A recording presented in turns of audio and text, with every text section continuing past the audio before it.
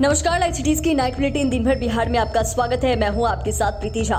खबरों की शुरुआत करेंगे, लेकिन उससे पहले एक नजर डालते हैं आज की सुर्खियों पर। सीएम नीतीश का बड़ा आदेश, अगले आदेश तक 12 लाख नौकरी। कंचनजंगा एक्सप्रेस से टकराई मालगाड़ी, 15 की मौत। रेल हादसों का जिम्मेदार कौन? लालू यादव ने पूछा सवाल।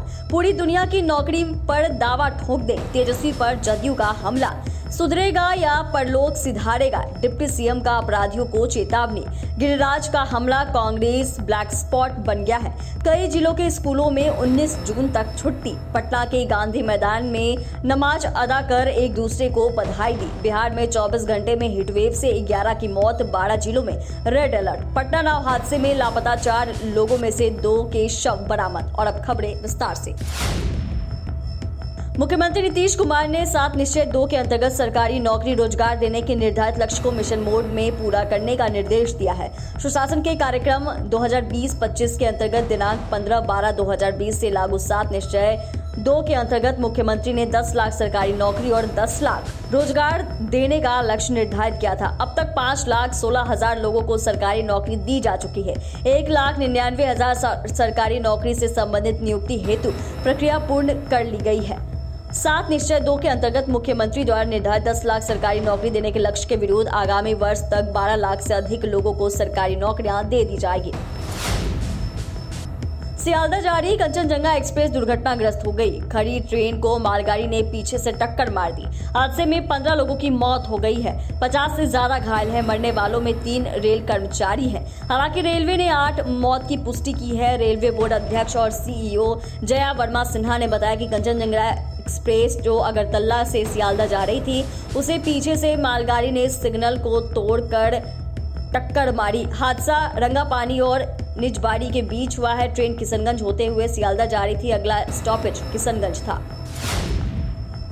पश्चिम बंगाल के न्यू जलपाईगुड़ी में हुए बड़े रेल हादसे में 9 से ज्यादा लोगों की मौत हो गई और 2 दर्जन से ज्यादा लोग घायल हो गए हैं। इस रेल हादसे पर आरजेडी सुप्रीमो और पूर्व रेल मंत्री लालू प्रसाद यादव ने सवाल उठाते हुए पूछा कि देश में रेल हादसों के लिए आखिरकार कौन जिम्मेदार है। आपको बता दें कि बीते 1 साल के अंदर 7 बड़े रेल हादसे हो चुके हैं, जबकि कई हादसों को टाला गया। बिहार के पूर्व मुख्यमंत्री और रेल मंत्रालय संभाल चुके लालू यादव ने ट्विटर पर पोस्ट करते हुए कहा कि देश में लगातार हो रहे रेल हादसों को जिम्मेवार कौन है।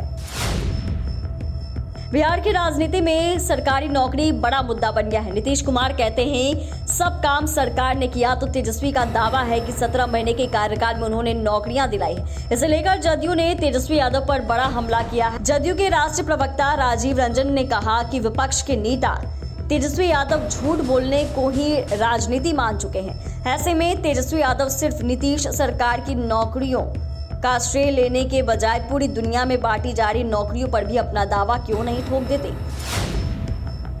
बिहार के मुख्यमंत्री अपराध और भ्रष्टाचार को लेकर जीरो टॉलरेंस की बात करते हैं। क्राइम कंट्रोल और बिहार सरकार के डिप्टी सीएम विजय कुमार सिन्हा का बड़ा बयान सामने आया है।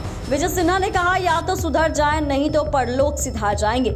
आरजेडी को लपेटे में लेते हुए उन्होंने लालू यादव और तेजस्वी से प्रभावित पदाधिकारियों को भी सुधर जाने की नसीहत दी है। लखीसराय में प्रेस कॉन्फ्रेंस को संबोधित करते हुए डिप्टी सीएम विजय सिन्हा ने 2 टूक शब्दों में अपराधियों को सीधे चेतावनी दी है। उन्होंने कहा, स्पेशल टीम का गठन फिर से कराया जाएगा और अपराधियों के खिलाफ मुक्त हस्त कार्रवाई होगी। या तो अपराधी सुधरेंगे, नहीं तो परलोक सिधारेंगे।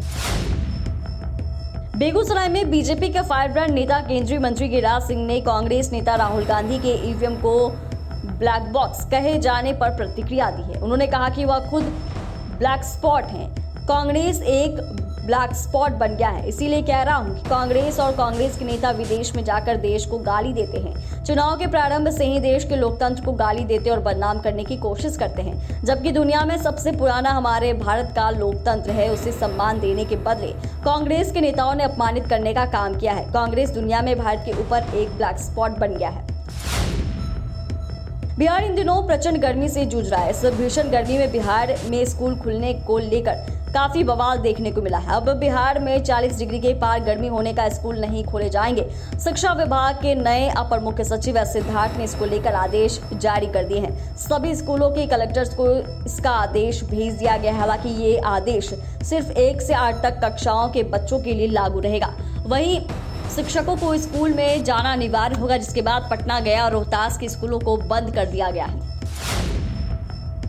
देश भर में बकरीद का त्योहार मनाया जा रहा है। पटना में भी मुस्लिम समुदाय धूमधाम से मना रहे हैं। पटना के गांधी मैदान में भी मुस्लिम समाज के लोगों ने नमाज अदा किया, प्रदेश के लिए अमन चैन की दुआ मांगी। इसको लेकर सुरक्षा के पुख्ता इंतजाम किए गए। नमाज अदा करने के बाद लोग एक दूसरे को गले लगाकर बकरीद की मुबारकबाद दी है। मुस्लिम समुदाय के लोगों ने इस पर्व को लेकर काफी उत्साह दिखाया। बच्चों से लेकर बुजुर्ग तक खुशियां मना रहे हैं।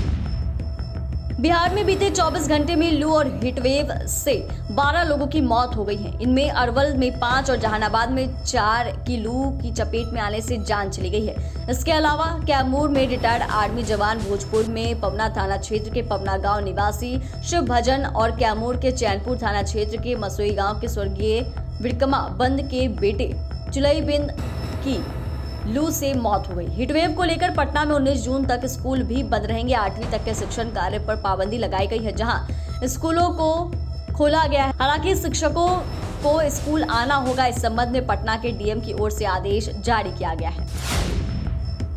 गंगा दशहरा के दिन रविवार को बिहार में अलग अलग जगहों पर नदी में डूबने से कई लोगों की मौत हो गई है और कई लोग लापता हो गए। भोजपुर के बिहिया थाना क्षेत्र के बाड़ा हरौनी गांव निवासी 4 युवक नहाने के दौरान सेल्फी लेने के चक्कर में गंगा में डूबकर लापता हो गए थे, जबकि पटना के बाढ़ में गंगा में एक नाव पलट गई जिसमें 4 लोग लापता थे। दोनों घटनाओं में रेस्क्यू ऑपरेशन रविवार के बाद सोमवार को भी जारी रहा। भोजपुर में 4 युवकों के शव बरामद किए गए, जबकि पटना के बाढ़ में नाव हादसे में लापता 4 लोगों में से 2 लोगों के शव को बरामद किया गया है। चैनल को सब्सक्राइब करें, फेसबुक पेज को लाइक करें। धन्यवाद।